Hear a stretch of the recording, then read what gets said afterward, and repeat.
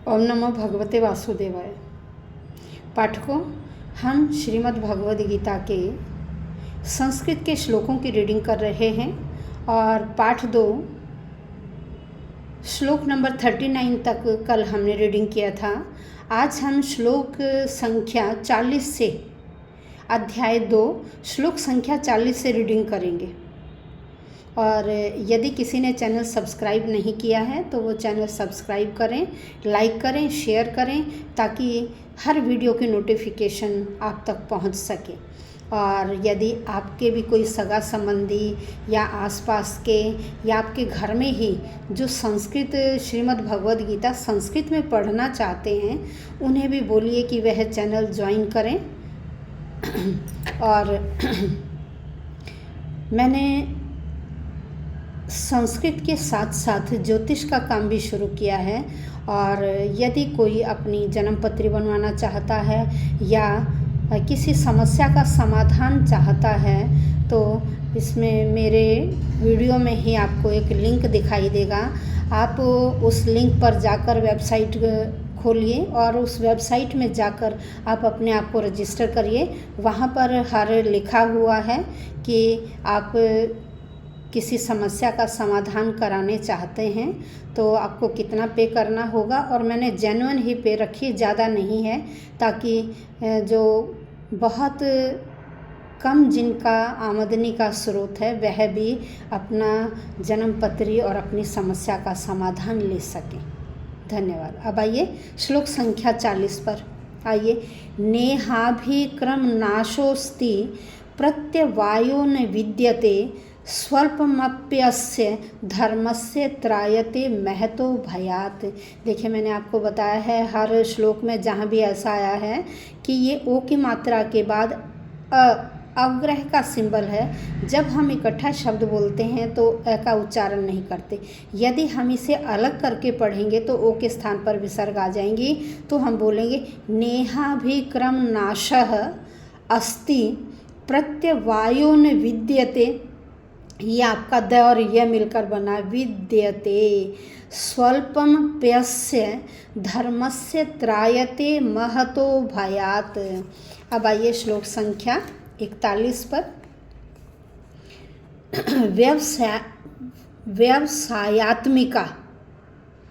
व्यवसायात्मिका बुद्धि, द के नीचे ध है, बुद्धि रेके है कुरु नंदन बहुशाखा हयनंताश्च, है के नीचे यह है हयनंताश्च बुद्धयो व्यवसायी नाम। अगर अलग पढ़ेंगे तो बनेगा बुद्धय है जमा अव्यवसायी नाम।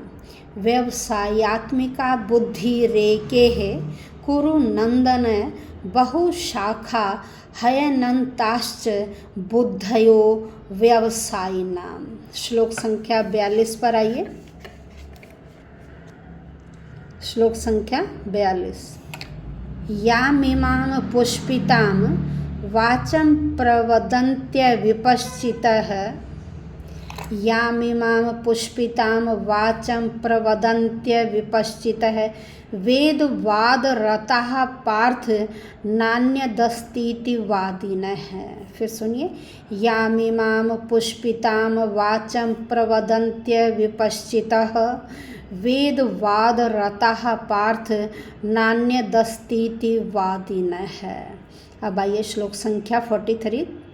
कामात्मानः स्वर्गपरा जन्म कर्म फल प्रदां क्रिया विशेष बहुलां भोगैश्वर्य गतिम प्रति। फिर सुनिए, कामात्मानः स्वर्गपरा जन्म कर्म फल प्रदां क्रिया विशेष बहुलां भोगैश्वर्य गतिम प्रति। ये था श्लोक संख्या 43। अब आइए श्लोक संख्या 44। भोगैश्वर्य प्रसक्तानां तयापहरित, है के नीचे री है ये, तयापहरित चेतसां व्यवसायात्मिका बुद्धि समाधौ न विधीयते। भोगैश्वर्य प्रसक्ता नाम, ये क और त मिलकर बना त। भोगैश्वर्य प्रसक्ता नाम तयाप हरित चेतसाम व्यवसायात्मिका बुद्धि ही समाधौ न विधीयते। अब आइए श्लोक संख्या 45 त्रैगुण्य विषया वेदा निस्त्रैगुण्यो भवार्जुन निर्द्वंद्वो, द के नीचे वह है दोनों पर, निर्द्वंद्वो नित्य सत्वस्थो निर्योगक्षेम आत्मवान।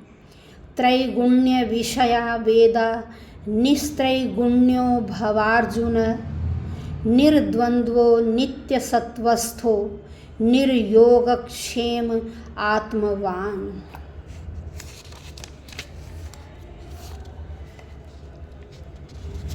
अब आइए श्लोक संख्या 46 यावानर्थ उदपाने सर्वतः समप्लुतोदके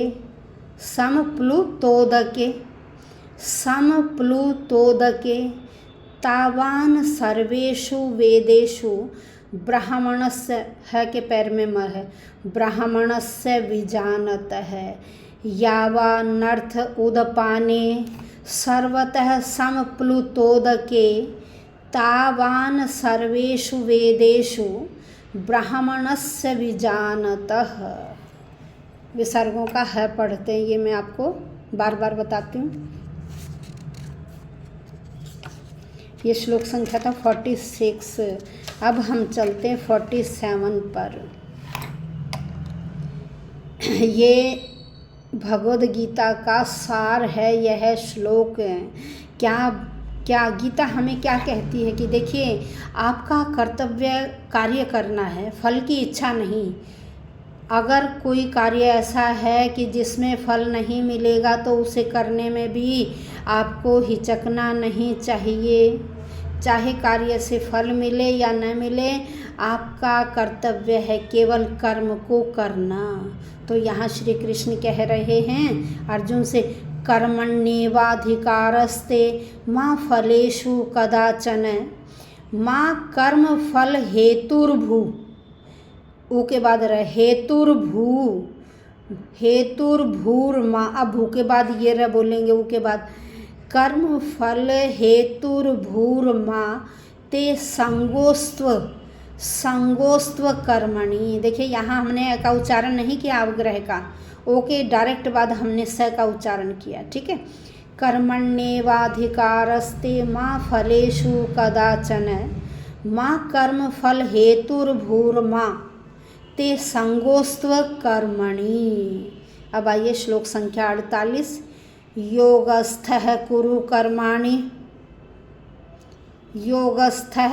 कर्माणि संगम त्यक्त्वा धनंजय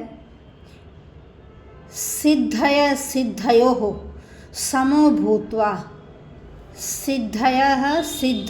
समो भूत्वा समत्वम योग उच्यते। यहाँ कह रहे हैं योग किसे कहते हैं। योग की डेफिनेशन है कि चाहे आपको सफलता मिले असफलता मिले, लेकिन हर कंडीशन में आप डटे रहो, उस कार्य को करते रहो, वही योग कहलाता है। योगस्थः कुरु कर्माणि संगम त्यक्त्वा धनंजय सिद्धय, यद के नीचे ध है, सिद्धयोः समो भूत्वा समत्वम योग उच्यते। अब आइए श्लोक संख्या 49 ये है के नीचे यह है, दूरेण हयवरम कर्म बुद्धि योगाद, द के नीचे धनंजय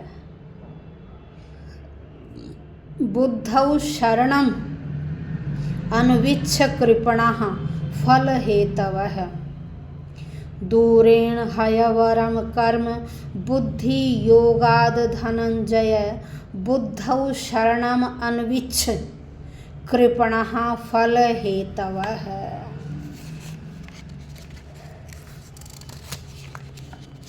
अब आइए श्लोक संख्या 50 बुद्धि, द के नीचे ध है, ये बुद्धि युक्तो, ये का और त मिलकर बनता है, बुद्धि युक्तो जहातिह उभे सुकृत दुष्कृते तस्मात् योगाय, द के नीचे ये है, तस्माद् योगाय युजस्व योगः कर्मसु कौशलम। यहाँ भी योग ही बताया कि कर्म में कुशलता ही योग कहलाता है। बुद्धि युक्तो जहातीह उभे सुकृत दुष्कृते तस्माद् योगाय युजस्व योगः कर्मसु कौशलम। अब आइए श्लोक संख्या 51। कर्मजम बुद्धि युक्ता ही फलम त्यक्त्वा मनीषिणः, कर्मजम बुद्धि युक्ता ही फलम त्यक्त्वा मनीषिणः जन्म बंध विनिर्मुक्ताः, जन्म बंध विनिर्मुक्ताः पदम गच्छन्त्य नामयम्, गच्छन्त्य नामयम्, गच्छन्त्य नामयम्। फिर बोलिए, कर्मजम बुद्धि युक्ता ही फलम त्यक्त्वा मनीषिणः जन्म बंध विनिर्मुक्ताः पदम गच्छन्त्य नामयम्। अब आइए श्लोक संख्या 52 पर। यदा ते मोह कलिलं बुद्धिर्व्यतितरिष्यति, बुद्धिर्व्यतितरिष्यति तदा गन्तासि निर्वेदं श्रोत्वयस्य श्रुतस्य च। फिर सुनिए, यदा ते मोह कलिलं बुद्धिर, बुद्धि के बाद ये र का उच्चारण होगा, बुद्धिर्व्यतितरिष्यति तदा गन्तासि निर्वेदं श्रोतव्यस्य श्रुतस्य च। अब आइए श्लोक संख्या 53। श्रुति विप्रतिपन्ना ते यदा स्थास्यति निश्चला, श्रुति विप्रतिपन्ना ते यदा स्थास्यति निश्चला समाधावचला, समाधावचला बुद्धिस्तदा योगम वाप्स्यसि, समाधावचला बुद्धिस्तदा योगम वाप्स्यसि। श्रुति विप्रतिपन्ना ते यदा स्थास्यति निश्चला समाधावचला बुद्धिस्तदा योगम वाप्स्यसि।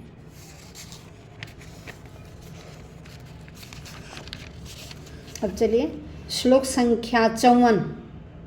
अर्जुन बोले, क्या बोले? अब स्थित प्रज्ञा की डेफिनेशन बता रहे हैं। स्थित प्रज्ञा कौन होता है? जिसकी बुद्धि स्थिर होती है। स्थित प्रज्ञस्य का भाषा। अब अर्जुन पूछ रहे हैं स्थित प्रज्ञा की भाषा क्या है? स्थित प्रज्ञस्य, ये किसी स्टेट में इसे ज्ञ बोला जाता है, किसी स्टेट में जय, क्योंकि ये वैसे ज और ये से मिलकर बना है। स्थित प्रज्ञस्य का भाषा समाधिस्थस्य केशव, स्थित धीः किम प्रभाषेत किमासीत व्रजेत किम। स्थित प्रज्ञस्य या स्थित प्रज्ञस्य का भाषा समाधिस्थस्य केशव, स्थित धीः किम प्रभाषेत किमासीत व्रजेत किम। अब आइए श्लोक संख्या 55। श्री भगवान उवाच प्रजहाति यदा कामान सर्वान् पार्थ मनोगतान् आत्मन्येवात्मना तुष्टः स्थित प्रज्ञस्तदोच्यते। स्थित प्रज्ञस्तदोच्यते। मैं दोनों तरह से उच्चारण कर रही हूँ, इस ज्ञ का और जय का, ठीक है। किसी स्टेट में ज्ञ बोला जाता है, किसी स्टेट में जय बोला जाता है।